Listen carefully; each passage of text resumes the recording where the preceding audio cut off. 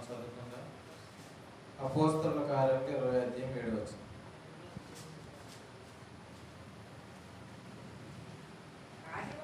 ఆదివారమున మేము రొట్టె విరుచుటకు కూడినప్పుడు పౌలు మరునాడు వెళ్ళనండి వారితో ప్రసంగించుచు అర్ధరాత్రి వరకు విస్తరించి మాట్లాడుచుండేది. ప్రభు స్తోత్రం. ఆదివారమున రొట్టె విరుచుటకు కూడినప్పుడు పౌలు గారు మరునాడు వెళ్ళనండి ఏం చేశారంట? వారితో ప్రసంగించు అర్ధరాత్రి వరకు విస్తరించి మాట్లాడాను. అర్ధరాత్రి అంటే మొదలు ఏంటి? టైం ఎంత అవుతుంది? అర్ధరాత్రి అంటే టైం ఎంత? 5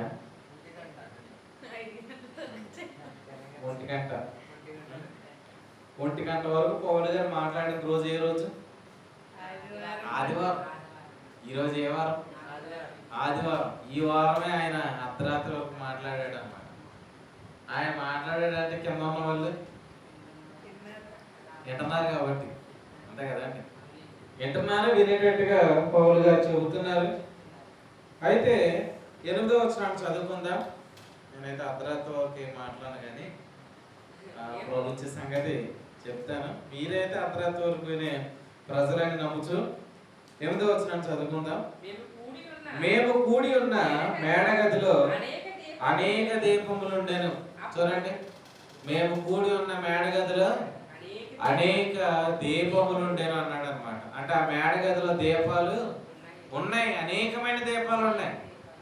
అనేకమైన దీపాలు ఉన్నాయంటే అక్కడ ఏముంది? వెలుగుంది. దీపం ఉన్న చోట ఏముంటదండి? వెలుగుంటది. అంటే ఆ మేడగదిలో ఏముంది? వెలుగుంది అనమాట. ప్రభు స్తోత్రం, హల్లెలూయా. నేడు సంఘం ఎక్కడుందని అంటే వారు వెలుగులో ఉండడాన్ని మనం గమనిస్తున్నాం అనమాట. చూడండి, ఎఫెసీ పత్రికలో కూడా ఆయన ఇలా రాశాడు ఏంటంటే, ఒకప్పుడు మీరు చీకటి ఉంటేది, ఇప్పుడైతే మీరు క్రీస్తునందు వెలుగై ఉన్నారన్నాడు అనమాట. మనము వెలుగై ఉన్నాము. పేతురు గారు రాసిన మొదటి పత్రిక 2:9 ఆయన ఏమన్నాడంటే, మనము చీకటిలో నుండి ఆశ్చర్యకరమైన తన వెలుగులోనికి వచ్చామన్నాడు అనమాట. ఆయన మనల్ని పిలిచాడు అన్నాడు అనమాట. ఒకప్పుడు మనం ఎక్కడున్నాం? చీకటిలో ఉన్నాం. ఇప్పుడు ఎక్కడున్నాం? వెలుగులో ఉన్నాం. అంటే మార్పు ఉందా లేదా? మార్పు ఉంది. ప్రభు స్తోత్రం. చేంజ్ ఏర్పడింది. అంటే నేడు మన అనుభవాలలో ఆయన మార్పును తీసుకొచ్చాడు. నేను వెలుగులోకి వచ్చానని అంటే ఇప్పుడు నా అనుభవాలు ఏమైనాయి అని అంటే మారాయి. చీకటిలో ఉన్నప్పుడు మనం ప్రవర్తించిన ప్రవర్తన వేరు, వెలుగులో ఉన్నప్పుడు మన ప్రవర్తన వేరు. చీకటిలో ఉన్నప్పుడు అనుభవాలు వేరండి. ఇందాక దేవుని సేవకులు చెప్పారు, ధర్మశాస్త్రం ఉన్నప్పుడు మనం ఏమనుకున్నాం? పాపులమని అనుకున్నాం. ఇప్పుడు ఏమనుకుంటున్నాం? నీతిమంతులం అనుకుంటున్నాం. ఒకప్పుడు ఏమనుకున్నాం? పరలోకం కూర్చున్నాం అనుకున్నామా? వెళ్ళాలనుకున్నామా? వెళ్ళాలనుకున్నాం. ఇప్పుడు ఏమనుకున్నాం? కూర్చున్నాం అనుకున్నాం. ఒకప్పుడు ప్రభు వచ్చినప్పుడు ఎత్తబడతానో వినబడతాను అనుకున్నాం. ఇప్పుడు ఎత్తబడతాను అనుకున్నాం. అంతే కదండి. ఒకప్పుడు ఆత్మ ఉన్నాడో లేడో తెలియని కలవరం. ఇప్పుడు ఆత్మ మనలో విమోచన దిన వరకు ఉంటాడు. అంటే నిజంగా ఆలోచించండి, ధర్మశాస్త్రానికి కృపగారి వ్యత్యాసం చెప్పినట్టు అలాగే ఒకప్పుడు మనం చీకటిలో ఉన్నాం, ఇప్పుడైతే ఎక్కడికి వచ్చామండి? చిరణ్ గారు, వెలుగులోకి వచ్చాం. ఇప్పుడు నేను వెలుగులో ఉన్నాను అన్నాడు అనమాట. వెలుగులో ఉన్నవారందరినీ కూడా ఏం చేయమన్నాడు చూడండి. యోహాను మొదటి పత్రిక 1వ అధ్యాయము 5వ వచనం నుండి చదువుకుందాం.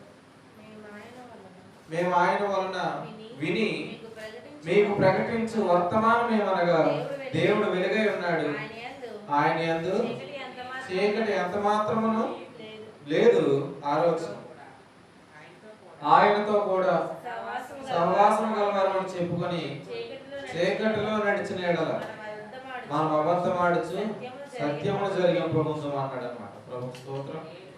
చూడండి, ఆయన వెలుగై ఉన్నాడు, ఆయన ఎంత చీకటి ఎంత మాత్రమును లేదు. అయితే ఏమన్నాడంటే, ఆయనతో కూడా సహవాసం గలవారమని చెప్పుకొని చీకటిలో నడిచిన ఎడల మనం అబద్ధమాడుచు సత్యం జరిగింపకుందాం. 7వ వచనంలో, అయితే ఆయన వెలుగులో ఉన్న ప్రకారం మనము వెలుగులో నడిచిన ఎడల అన్నాడు అన్నమాట. చూడండి, మనం వెలుగులోకి రావడమే కాదు, వెలుగులో ఏం చేయాలంట?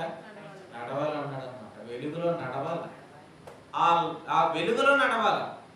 చూడండి, వెలుగులో ప్రభు మనల్ని నడిపించిన కాదు. ఆమె మనం వెలుగులో నడవకపోతే ఎక్కడ నడుస్తాం? చీకట్లో నడుస్తాం. చీకట్లో నడిచివాడు ఎక్కడికి వెళ్తాడు? తెలీదు. చీకటి వెళ్ళేవాడు ఎక్కడికి వెళ్తాడు? తెలీదు. చీకట్లో పోయి వాడు ఎక్కడ పోయిన వాడు ఎరుగడు అన్నాడు అనమాట. మరి వెలుగులో వెళ్ళేవాడు ఎక్కడికి వెళ్తాడు దాది గారు? అంటే ఆంధ్రరావు గారు, వెలుగులో వెళ్ళేవాడు ఎక్కడికి వెళ్తాడు? ఎక్కడికి వెళ్ళాలో అక్కడికి వెళ్తాడు. అంటే వెలుగులో వచ్చిన మనము ఎలా ఉండాలనుకుంటున్నాం అలా ఉండగలుగుతాం. ఇప్పుడు ఒకప్పుడు అబద్ధం ఆడకుండా ఉండాలనుకున్నారు లేదా మీరు? ఒకప్పుడు అయిందా? అవలేదు. మరి ఇప్పుడు వెలుగులోకి వచ్చిన తర్వాత అవుతుందా? చెప్పండి. వెలుగులోకి వచ్చిన తర్వాత అవుతుంది అని అంటే ప్రభు స్తోత్రం. వెలుగులోకి వచ్చిన తర్వాత కూడా అవ్వట్లేదు అని అంటే అది వెలుగుకేది, అది చీకటే. అంతే కదండి. ఒకప్పుడు పాపం చేయకుండా ఉండాలని అనుకున్నారు, కానీ అది అవలేదు. సరే, ప్రభు ప్రేమించి కరుణించి ఏం చేశాడు? ఆయన వెలుగులోకి తీసుకొచ్చాడు. సో వెలుగులోకి తీసుకొచ్చిన తర్వాత కూడా అదే జరుగుతుంది అనుకోండి. ఇప్పుడు వారు ఎక్కడున్నారు? చీకట్లో లేరు, వెలుగులోనే ఉన్నారు. కానీ వారు ఎక్కడ నడుస్తున్నారు? చీకట్లోనే నడుస్తున్నారు. ఎక్కడ నడవట్లేదండి అదే గారు? వెలుగులో నడవట్లేదు. నిజంగా ఆలోచించండి, యేసుక్రీస్తు నమ్మిన వారందరూ కూడా వెలుగులోకి వచ్చారు. అయితే ఇప్పుడు ఆయన ఏం చేయమంటున్నాడు? వెలుగులో వాకింగ్ చేయమంటున్నాడు అనమాట. ఉదయాన్నే వాకింగ్ చేస్తే ఏమొస్తుంది? ఆరోగ్యం వస్తుంది. మరి వెలుగులో నడిస్తే ఏమొస్తుంది? వెలుగులో నడిస్తే ఏమొస్తుంది అని అంటే ఇక్కడ చెప్పాడు అనమాట. 7వ వచనంలో ఆయన బ్లడ్ ఇస్తాడంట. ఏమిస్తాడు? ఆయన రక్తం ఇస్తాడు. ఇప్పుడు ఎక్కడుంది ఆ రక్తం అని అంటే పరలోకంలో ఆ రక్తాన్ని ఆయన చేతిలో పెట్టుకున్నాడు అనమాట. ప్రభు స్తోత్రం, హల్లెలూయా. ఎందుకు పెట్టాడు అక్కడ రక్తం? మీరు చూడండి, యేసుప్రభువు వారు వెళ్తా వట్టి చేతులతో పోకుండా ఆయన దేన్ని పట్టుకుని వెళ్ళాడు అంటే రక్తాన్ని పట్టుకుని వెళ్ళాడు అనమాట. ఎందుకు ఈ రక్తాన్ని పట్టుకుని వెళ్ళాడు అని అంటే ఈ రక్తాన్ని తండ్రికి చూపిస్తున్నాడు. తండ్రికి చూపించి ఏం చెప్తున్నాడు? ఇదిగో ఈ రక్తంలో వీరు కడగబడ్డారని మన గురించి ఆయన సాక్ష్యం ఇచ్చాడు అనమాట. సో తండ్రి ఆ రక్తాన్ని బట్టి మనం ఎలా ఇచ్చాడు? నీతిమంతులుగా ఎంచాడు. ప్రభు స్తోత్రం, హల్లెలూయా. ఇప్పుడు ఆయన ఏం చేయాలనుకున్నాడు? ఆ రక్తం ఇవ్వాలనుకున్నాడు. ఎవరికి? వెలుగులో ఉన్నవారు. ఇప్పుడు మీరు చూడండి, వెలుగులో వచ్చామంటే రక్తాన్ని బట్టి, వెలుగులో నడుస్తున్నామంటే రక్తాన్ని ఏం చేస్తున్నామని అనుభవిస్తున్నామని. వెలుగులో నడిచేవారు పాపము చేయరు. ప్రభు స్తోత్రం, హల్లెలూయా. పాపం చేయకుండా ఉండాలంటే ఏం చేయాలా? చేయకుండా ఉండాలంటే అని చెప్తే సరిపోదు.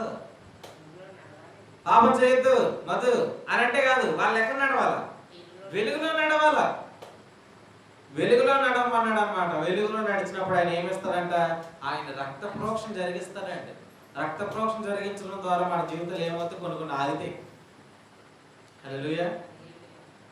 యేసుప్రభువు రక్తాన్ని చిందించినప్పుడు దేనికి ఫుల్ స్టాప్ పెట్టాడు? ఆయన ధర్మశాస్త్రాన్ని ఫుల్ స్టాప్ పెట్టాడు.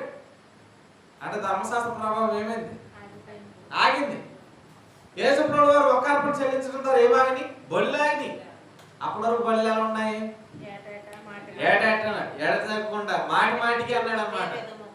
అదే విధముగా ఒకే విధముగా అన్నాడు అన్నమాట. అంటే ఇంకా బలులే బళ్ళు, పాపం చేయడం బలితేయడం, పాపం చేయడం బలితేయడం. కానీ యేసుప్రభువు చనిపోయిన తర్వాత ఏమాగిపోయి అంటే బలులకి ఏం పలికాడైనా? రక్తం ఎలా ఆపేసిందో చూడండి. మీరు గమనించండి, బలులను ఆపేసింది, కొన్ని ఆచారాలను ఆపేసింది. కారణం ఏంటి? ఆ రక్తానికి ఉన్న శక్తి అంత గొప్పది. ఈరోజు అదే రక్త ప్రోక్షణ మన మీద జరిగితే ఏమవుతాయి? మన జీవితంలో దేవునికి విరుద్ధమైనవన్నీ ఆగి పోతాయి అన్నమాట. ప్రభు స్తోత్రం. ఆగిపోను కాక. అంతే కదండి. ఎందుకు ఆగిపోవాలంటే ఆయన మనల్ని శరీరం వచ్చింది దేనికనంటే పరిశుద్ధంగా జీవించడానికి అన్నమాట. పరిశుద్ధంగా జీవించడానికి ప్రభు మనకి ఏమిస్తున్నాడు అంటే రక్తం ఇస్తున్నాడు అన్నమాట. ప్రభు స్తోత్రం. ఆ రక్తాన్ని ఆశ్రయించే వారిగా మనం ఇప్పుడు కూడా ఉండాలి. ఆ రక్తాన్ని మనం అనుభవించకపోతే మనము చీకటిలో నడుస్తున్న వారి వలె ప్రవర్తిస్తామన్నమాట. అక్కడ ఏమన్నాడంటే వారు ఏం చేస్తారంటే వారు అబద్ధం ఆడతారు అన్నాడు. వారు ఏం చేస్తారంటే అబద్ధం ఆడచ్చు, సత్యమును జరిగింపరు అన్నాడు అన్నమాట. అయితే మనం వెలుగులో నడవడం ద్వారా మనం ఆయనతో నడుస్తాం. ఎవరితో నడుస్తాం? వెలుగులో నడవండి, అప్పుడు మీతో ప్రభు కూడా నడుస్తారు. చీకట్లో నడిస్తే మీరు ఆయనతో నడవలేరు. ఆయనతో నడవలేనప్పుడు ఆయన సహాయాన్ని ఎలా పొందుకుంటాం? ఖచ్చితంగా ప్రభు అట్టి కృపను అనుగ్రహించను కాక. వెలుగులో నడవడం ద్వారా ఏం జరుగుతుంది అని అంటే మనం వాక్యాన్ని ఆలోచించేద్దాం రండి. వెలుగులో నడవడం ద్వారా ఏం జరుగుతుంది అని అంటే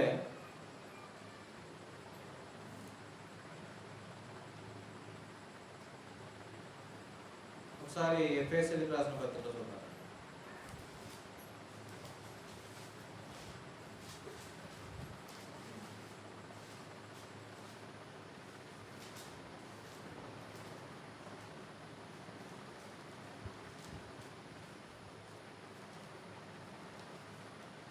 ఎఫెసీయులకు రాసిన పత్రిక చూడండి, 5వ అధ్యాయము. ఎఫెసీయులకు రాసిన పత్రిక 5వ అధ్యాయము గమనించండి. 8వ వచనం చూడండి. 8వ వచనం, మీరు పూర్వమందు చీకటి అయి ఉంటిరి, ఇప్పుడైతే ప్రభువునందు వెలుగై ఉన్నారు. వెలుగు ఫలము సమస్త విధములైన మంచితనము, నీతి, సత్యమను వాటిలో కనబడుతున్నది కనుక ప్రభువుకి ఏది ప్రీతికరమైనదో దాన్ని పరీక్షించు వెలుగు సంబంధుల వలె నడుచుకునడి. నిష్ఫలమైన అంధకార క్రియలలో పాలువారే ఉండక వాటిని ఖండించుడు అన్నాడు అన్నమాట. చూడండి, నిష్ఫలమైన అంధకార క్రియలు అని అంటే చీకటిలో నడిచే వాడి క్రియలు ఏమన్నాడు? నిష్ఫలమైనవి అన్నాడు. మరి వెలుగులో నడిచే వారి క్రియలు ఫలం. వెలుగులో నడవడం ద్వారా మనకి ఏముందనంటే ఫలం ఉంది. చీకటిలో నడవడం ద్వారా అప్పటి క్రియల వలన మీకేమి ఫలము కలిగేను? నిజంగా ఆలోచించండి. వాక్యాన్ని వినకపోవడం, ఇవన్నీ కూడా ఈ అనుభవాలు మీరు గమనించండి. వాక్యాన్ని వినకపోవడం, సహవాసానికి రాకపోవడం, వాక్యం వినాలని మనసు లేకపోవడం, లేకపోతే సేవకుడు అంటే ఇవన్నీ కూడా ఏంటి అని అంటే అవి మనల్ని ప్రభుతో నడవకుండా చేస్తున్నాయి, వెలుగులో నడవకుండా చేస్తున్నాయి. అయితే ప్రభు ఏం చెప్తున్నారంటే మన జీవితంలో ఫలం ఉండాలనేది దేవుడు చెప్తాం. ఏముండాలి? మన జీవితంలో ఫలం ఉండాలి. చూడండి, మీరు ఆయన దగ్గర ఉన్నప్పుడు ఏమన్నాడు అంటే ఆయన ఆయన నిలుచున్నప్పుడు మీరు బహుగా ఫలిస్తారన్నాడు అనమాట. మనం ఫలించాలండి. ప్రతి విషయంలోనూ మన జీవితంలో ఆ ఫలం కనబడాలన్నమాట. ఇప్పుడు మీరు చూడండి, తిమోతి పత్రికలో అపోస్తలుడైన పౌలు గారు ఏమన్నారంటే మాటలోను, ప్రవర్తనలోను, విశ్వాసంలోను, ప్రేమలోను, పవిత్రతలోను విశ్వాసులకు మాదిరిగా ఉండమన్నాడు అనమాట. ఏ విషయాల్లో ఉండాలంట? మాటలోను, చెప్పండి, మాటలోను, ప్రవర్తనలోను, విశ్వాసంలోను, ప్రేమలోను, పవిత్రతలోను. అంటే మాటలో కూడా ఎలా ఉండాలా? మాదిరిగా ఉండమన్నాడు. పవిత్రతలో కూడా ఎలా ఉన్నాడు? మాదిరిగా ఉండాలన్నాడు అన్నమాట. చూడండి, ప్రేమలోనూ మాదిరిగా ఉండమన్నాడు ఆయన. చూడండి, అంటే ఇవన్నీ కూడా ఎందుకు చెప్పాడనంటే అక్కడే కింద అన్నాడు, నీ అభివృద్ధి అందరికి తేటగా కనబడాలన్నాడు అనమాట. మన అభివృద్ధి అందరికి తేటగా కనబడాలన్నమాట. యోసేపును ఆయన హెచ్చించినప్పుడు అందరూ యోసేపుని ఏమంటున్నారు? ప్రభు అంటున్నారు. అంటే యోసేపును ఆయన అభివృద్ధి పరచడం అందరికి తేటగా కనబడింది అనమాట. నేడు మనల్ని కూడా ప్రభు అభివృద్ధి పరుస్తున్నప్పుడు అందరికి తేటగా మనము కనబడతాం. అబ్రహాము బ్రతుకుతున్న దినాలలో అబ్రహాము గురించి బయట వచ్చిన సాక్ష్యం ఏంటంటే నీవు మా మధ్య మహారాజువై ఉన్నావన్నాడు అన్నాడు. ఇస్సాకు గురించి వారు ఇచ్చిన సమాధానం ఏంటంటే దేవుడు నీకు తోడై ఉన్నాడు అన్నారనమాట.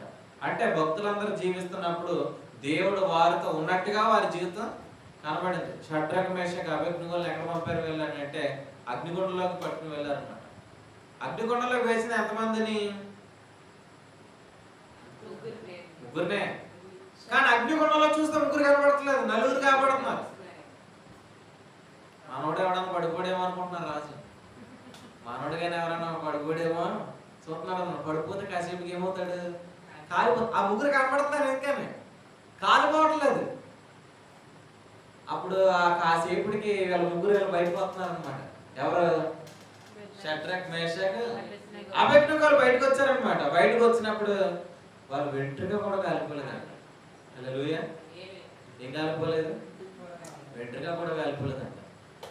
అంతే కదండి. ఒకసారి మనం వాసన కూడా చూస్తాం, కాలిన వాసన ఏమైనా ఉందేమో అని చూస్తాం. ఆ వాసన కూడా వాళ్ళ దగ్గర లేదు.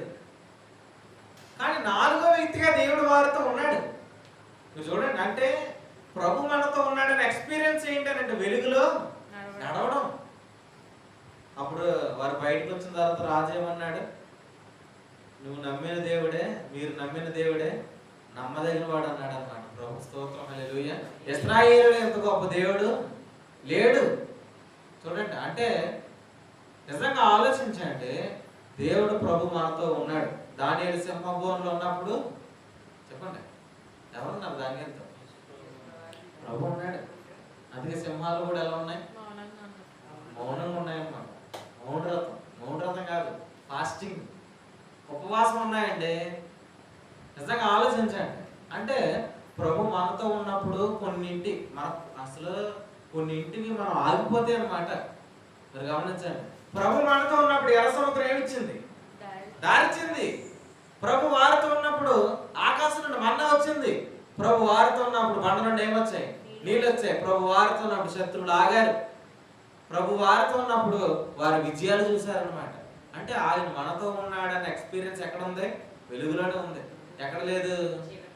పాపం చేస్తున్న వ్యక్తికి ప్రభు ఆయన వారితో ఉన్నాడని అనుభవం లేదనమాట. కాబట్టి దావీదు గారు యుద్ధానికి వెళ్తున్నప్పుడు ఏమన్నాడు? ఈ దినం యెహోవా నిన్ను నాకు అప్పగిస్తాడన్నాడు అన్నమాట. ప్రభు స్తోత్రం. హల్లెలూయా. ఈ దినమున దేవుడు నిన్ను నాకు అప్పగిస్తాడు. అసలు ఫెయిత్ అనే ఒక ఈ వెలుగులో మనం నడవడం ద్వారా మనం ఒకరం కాదు, మనం ఎప్పుడు ఇద్దరమే. చెప్పండి, మనం ఎప్పుడూ ఒకరం కాదు. మనతో ఎవరెవరు ఉంటారు? చెప్పండి. నేను అని మాత్రం ఎప్పుడు మాట్లాడకూడదు. ఎలా మాట్లాడాలా? మేము అని అనాలన్నమాట. మేమంటే నేను ప్లస్ చెప్పండి,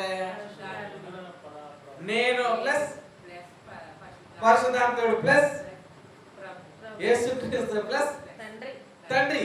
అంటే ఎంతమంది? నలుగురు. అంతే కదండి. ఎప్పుడు నేనే అన్నాడు. ఎవరు? ఒక ఆయన ఏమన్నాడంటే నేను ఒక్కడనే మిగిలి ఉన్నాను అన్నాడు అనమాట. ఏమంటాడంటే నేను ఒక్కడనే ఉన్నానయ్యా అని అంటాడు అనమాట.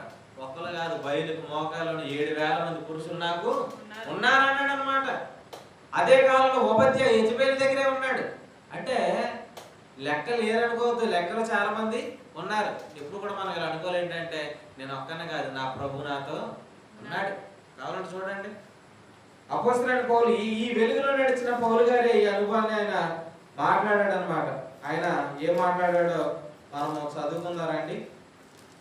సార్ కొరింథీయులకు రాసిన పత్రికలో మాటను మనం చదువుదాం.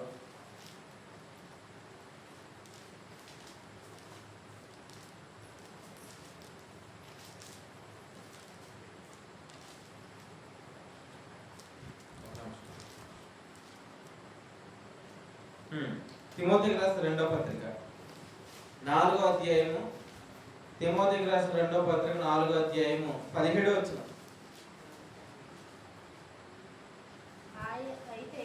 అయితే నా ద్వారా సువార్త పూర్ణముగా ప్రకటింపబడు నిమిత్తమును అన్యజనులందరూ దాని విను నిమిత్తమును ప్రభువు నా ప్రక్క నిలిచి నన్ను బలపరచను కనుక నేను సింహపు నోటి నుండి తప్పించబడితే. నా ప్రక్కన నిలిచిన మాట కింద ఉందండి. నా పక్షమున ఉండి. ప్రభు ఎవరి పక్షమున ఉన్నాడు?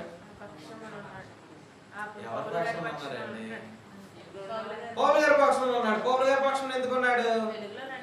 ఆయన వెలుగులో నడుస్తున్నాడు. దేవుడు ఎవరి పక్షంలో ఉంటాడంటే వెలుగులో నడుస్తున్న వారి పక్షం. ఇశ్రాయేలీయులకి ఎర్ర సముద్రం ఎందుకు దారిచ్చింది? ఐగుప్తీయులకు ఇవ్వలేదు. ఐగుప్తీయులు వెళ్ళేటప్పటికి డోర్లు క్లోజ్ అయిపోతున్నాయి అన్నమాట. వాళ్ళకి ఎందుకు క్లోజ్ అయిపోతున్నాయి, వీరికి ఎందుకు ఓపెన్ అయినాయి? చెప్పండి. ఆయన ఉన్నాడు కాబట్టి సముద్రం ఇచ్చింది. కానీ వారు లేరు. విశ్వాసమును బట్టి వీళ్ళు వెళ్తున్నారు కాబట్టి నిజంగా వారితో ఆయన ఉన్నాడు కాబట్టి సముద్రం కూడా దారిచ్చిందనమాట. ప్రభు మనతో ఎప్పుడు ఉండును గాక. అసలు ఆయన మనతో ఉండే ఎక్స్పీరియన్స్ ఎప్పుడు కూడా మనం కలిగి ఉండాలన్నమాట. అది ఎక్కడ ఉందంటే కేవలం వెలుగులో మాత్రమే ఉంది. ఇప్పుడు ఏదైనా కార్యం చేయాలనుకున్నప్పుడు కూడా ప్రభు నాతో ఉన్నాడని అనుభవంలో ఉండాలి. ఎక్కడికైనా వెళ్తున్నప్పుడు కూడా ఇప్పుడు ప్రభు నాతో ఉన్నాడు అనుకున్నప్పుడు యాక్సిడెంట్ అవుతుంది అనుకుంటారా? అవుతుంది అనుకుంటారా? ఈ దినం వెళ్తున్నాను, ఇదే శివ ప్రార్థన చేసుకోరు కదా, ఎప్పుడని ఇంటికి వస్తాం అనుకుంటారు కదండి. ప్రభు మనతో ఉన్నాడన్నప్పుడే ధైర్యం. అర్థందండి. మరి పాపం చేసినప్పుడు ఏమనుకుంటాడు? పాపం చేసినప్పుడు ఏమనుకుంటారు? ఇంటికి వస్తారనుకుంటారా? ఏమనుకుంటారు? పాపం చేశారనుకోండి, ప్రభునాథ లేడేమని అనుకుంటారు. ప్రభునాథ లేడేమనుకుంటే వారు భయాలను కలిగి జీవిస్తారనమాట. కానీ వెలుగులో ఆయన ఏమిచ్చాడంటే ధైర్యం ఇచ్చాడు. నేడు మన అందరితో కూడా ప్రభు ఉన్నాడు. మన పక్షమున మన ప్రభు ఉన్నాడు. మన ప్రక్కలో ఆయన నిలిచివాడు ఉన్నాడు. ఎక్కడి నుంచి విడిపించాడంటే పౌరుడు అంటే సింహపు నోటు నుండి తప్పించాడు అన్నాడు అన్నమాట. ఎక్కడిని తప్పించాడంటే సింహపు నోటు తప్పించాడంట. అంటే ఒక రోజు జర్నీలు ఏం ఎదురైంది? సింహం ఎదురైంది. కానీ దాని నోటు నుండి ప్రభు ఏం చేశాడు? తప్పించాడు. మీరు పోరాడగలరా సింహంతో? అక్కడ ఎక్కడ పులి తిరుగుతుందంటేనే బయటికి వెళ్తారు, అంతే కదండి. అట్లాంటిది సింహమే మన మీదకి అటాక్ చేయడానికి వచ్చింది అనుకోండి, ఏం చేస్తాం? మనం వెళ్ళాలా. కానీ మీరు గమనించండి ఏంటంటే ఆయన మన పక్షంలో ఉన్నప్పుడు మనం ఎంత ధైర్యంగా జీవిస్తామని ప్రభు చెప్తున్నారు. కాబట్టి వెలుగులో నడవడం ద్వారా మనం ధైర్యంగా జీవిస్తే ఎప్పుడు కూడా భయపడుతున్నట్టుగా మనం మాట్లాడకూడదు. ధైర్యం కలిగి మాట్లాడాలన్నమాట. ఆయన నా పక్షం ఉన్నాడన్నట్లుగా మనము మాట్లాడుదుము గాక. ఆమె అందుకే దావీదు ఏమన్నాడు? ఈ రోజు దేవుడు నిన్ను నాకు అప్పగిస్తానన్నాడు. షడ్రక్ మేషక్ అబేద్నెగోలు ఏమన్నారు? ఆయన ఈ మండుచున్న అగ్నిగుండం నుండి కూడా ఆయన మమ్మల్ని కాపాడుటకు శక్తిమంతుడు అన్నారనమాట. మనం ఇలా మాట్లాడాల. ఏదో ఇంట్లో పరిస్థితులు ఎక్కువైపోయినాయి, ప్రభావం ఎక్కువైపోయింది అన్నట్టు మన ప్రభావాన్నే మాట్లాడకూడదు. ఇదిగో దేవుని తడుచుకుంటే ఇది అంతా. నిన్న 2 రోజుల క్రితం ప్రభు బిక్కవల ప్రాంతంలో కృతజ్ఞత కొడుకులు ప్రభు చెప్పిన మాట ఏంటంటే ఆయన సముద్రాన్ని నెమ్మలపరిచాడు.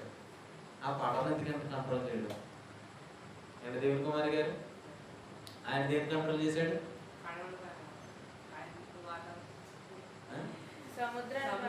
సముద్రాన్ని ఆయన నెమ్మలపరిచాడండి. ఇంకా చిన్న గారు పడవని ఏమైనా కంట్రోల్ చేయాలా?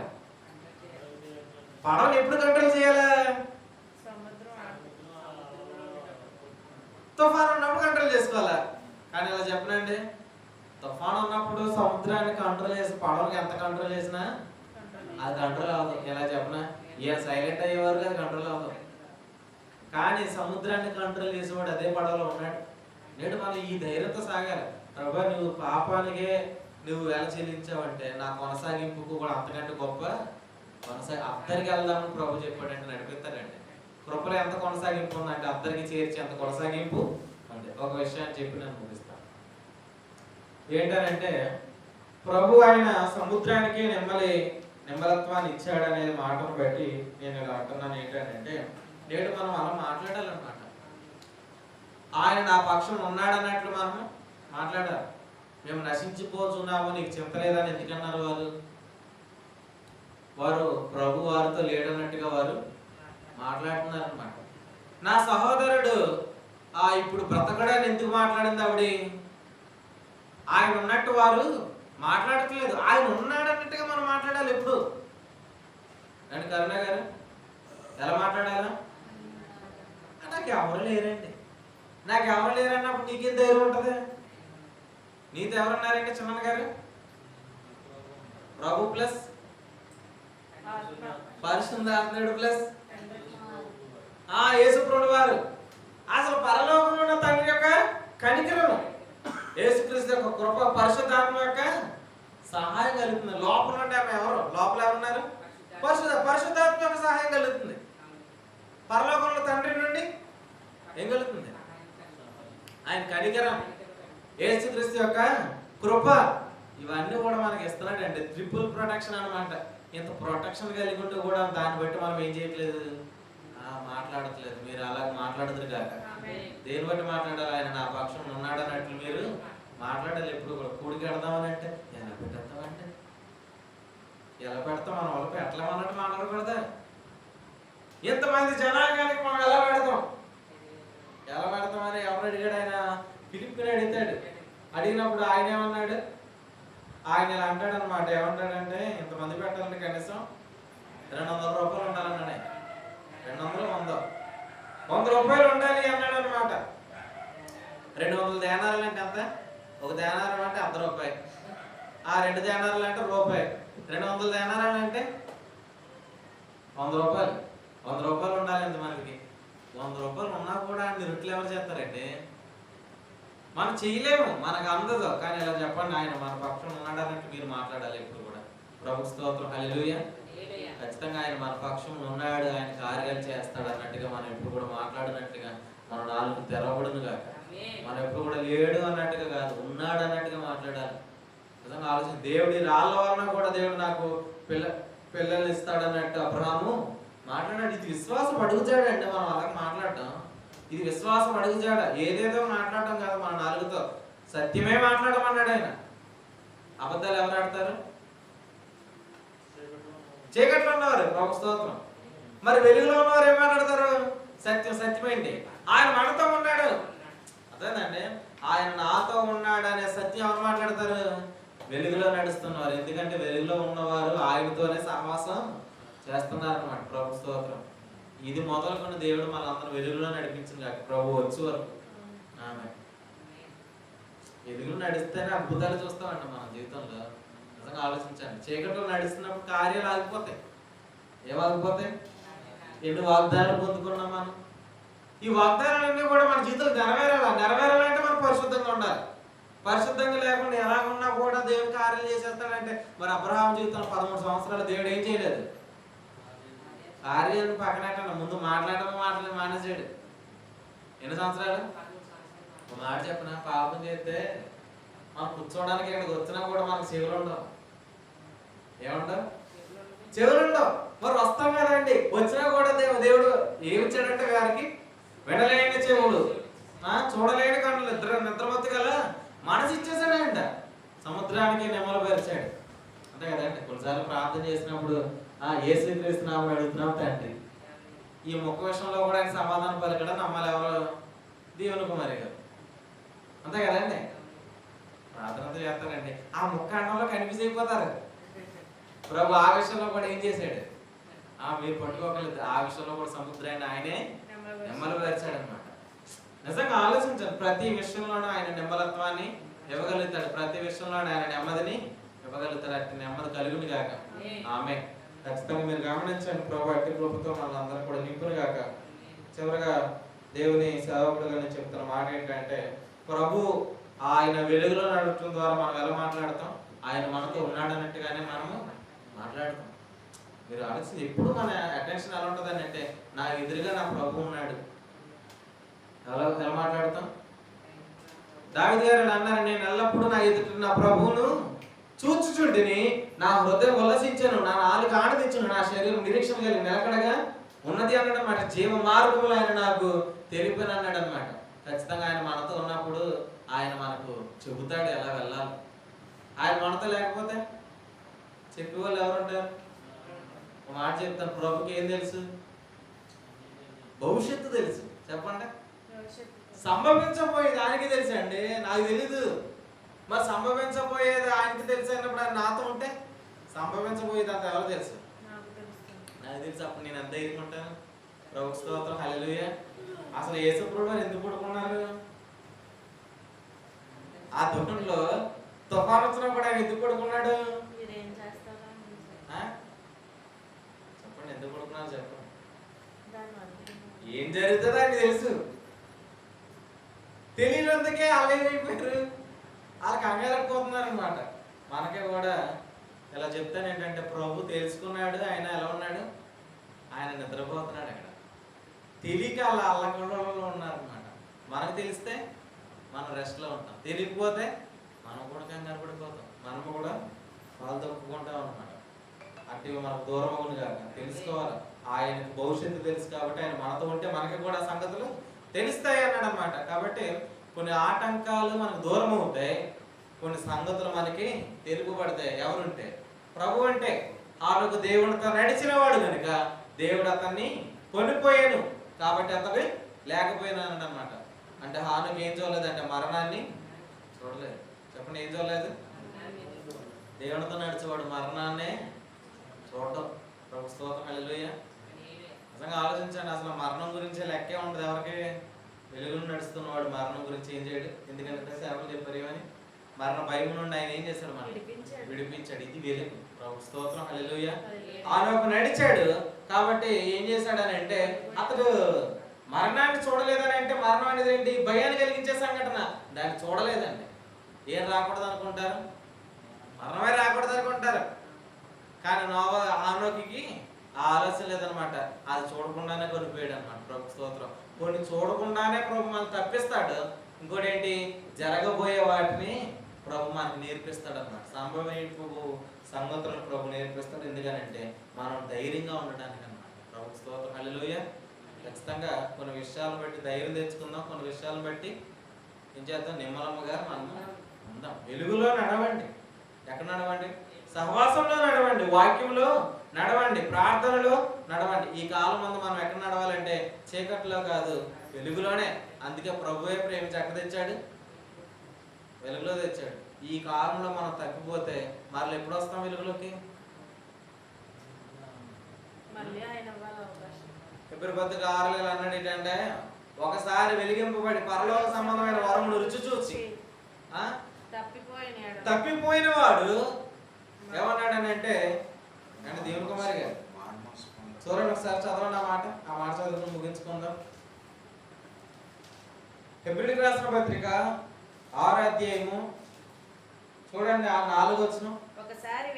ఒకసారి వెలిగింపబడి పరలోక సంబంధమైన వరములను రుచి చూచి పరిశుద్ధాత్మలో పాలుగారై దేవుని దివ్య వాక్యమును రాబో యుగ సంబంధమైన శక్తుల ప్రభావం అనుభవించిన తర్వాత తప్పిపోయిన వారు తమ విషయంలో దేవుని కుమారుని మరలా సిలువేయచ్చు బాహాటముగా ఆయన అవమానపరుస్తున్నారు కనుక మారు మనసు పొందినట్లు అట్టి వారిని మరలా నూతన పరచుట అసాధ్యం అన్నాడు అనమాట. అంటే ఎప్పుడు వస్తాడు? ఇలా చెప్పాలి, రావచ్చు రాకపోవచ్చు. ఇంకంతే. రాకపోతే నష్టం ఏంటి? టైం అంతా వేస్టే కదండి. రేపు పొద్దున ఏమడుగుతాడైనా? చెప్పి నీ రోజులేండి అడిగాడు కదా. యాకోబుని అడిగాడు ఏమని? నువ్వు జీవించిన కాలం ఎంత అని అడిగాడు. రేపు పొద్దున ప్రభావం అడుగుతాడు, నువ్వు జీవించిన సంవత్సరాలన్నీ. అప్పుడు అన్ని లెక్కలకు వస్తాయి అనమాట. 10th క్లాస్ మార్కులు వచ్చినాయి కదా, ఎలా వేస్తారు? 600కి మార్కులు ఎలా వేస్తారు? చెప్పండి కరుణ గారు. 500 వస్తే మార్కులు ఎలా వేస్తారు? 600కి 500 పై 600 కదా. రేపు పొద్దున ప్రభు సంవత్సరాలు ఇచ్చాడు. ఎప్పటి నుంచి? పోనీ రక్షణ పొందినప్పటి నుంచి పక్కన పెడితే ఈ పరిచయం ఇచ్చినప్పటి నుంచి ఇచ్చాడు. చెప్పండి, ఈ పరిచయం ఇచ్చినప్పటి నుంచి కూడా ప్రభు ఏమి ఇచ్చాడు? డేస్ ఇచ్చాడు, కాలం ఇచ్చాడు అనమాట. ఆ అజ్ఞాన కాలంలో దేవుడు చూడనట్టు వదిలేశాడు. అయితే ఈ కాలాన్ని ప్రభు ఎలా ఏం చేస్తాడు? ఇప్పుడు ఒక 500 రోజులు అనుకోండి. ఇప్పుడు 500 రోజుకి మనం ఎన్ని జీవించామో రేపు పొద్దున ఆయన ఏం చేస్తాడు? లెక్క ఉంటుంది అనమాట. ఖచ్చితంగా ఆ లెక్కల్లో మనం వీక్ అవ్వకుండా, ఆయన వీక్ కాదు కాబట్టి ఆ లెక్కల్లో మనం ఏమవకూడదంటే తేలిపోకూడదు అనమాట. ప్రభు అట్టి ప్రభుతో నింపును గాక. చూడండి ఏమన్నాడు? మారు మనసు పొందినట్లు అట్టి వారిని నూతన పరచుట అసాధ్యం. అసాధ్యం అని అంటే ఏంటి చిన్న గారు? అంటే అసాధ్యం అంటే ఒక మాట చెప్తాను, ఇతర విశ్వాసేనా? ఇతనికి వాక్యం తెలుసా? పరిశుద్ధాత్మ ఉన్నాడని తెలుసా? అన్ని తెలుసా అండి ఈయనకి? అన్ని తెలిసి ఏం చేశాడంట? తప్పిపోయాడంట. అయితే అన్నాడు ఏంటంటే అట్లాంటి వాళ్ళు నూతన పరచుట అసాధ్యం అంటే అర్థం ఏంటంటే ఇంకా మారు మనసు పొందాడు లేదా అవకాశం లేదనమాట. అంటే రేపు పొద్దున అతని బహుమానం ఎలా ఉంటుంది? ఖచ్చితంగా మీరు గమనించండి. మనం ఎప్పుడు కూడా ఒక భయంతో మనం జీవించాలి. ఏంటంటే పరిశుద్ధంగా జీవించకపోతే ఆయన నన్ను లెక్క అడుగుతాడని ఒక భయం మనకు ఉండాలన్నమాట. ఇటు భయం మనందరికీ కలుగు కాక. వాగ్దానాన్ని తప్పిపోతానేమోనన్న భయం మనకి ఉండాలి. పరిశుద్ధంగా నేను జీవించకపోతే దేవుడు లెక్క అడుగుతాడనే ఒక ఆలోచన మనకి ఎప్పుడు కూడా ఉండాలి. అందుకే సహవాసానికి ఎప్పుడు కూడా చేరి రావాలి. సహవాసానికి వస్తే తెలుస్తుందండి అన్నీ.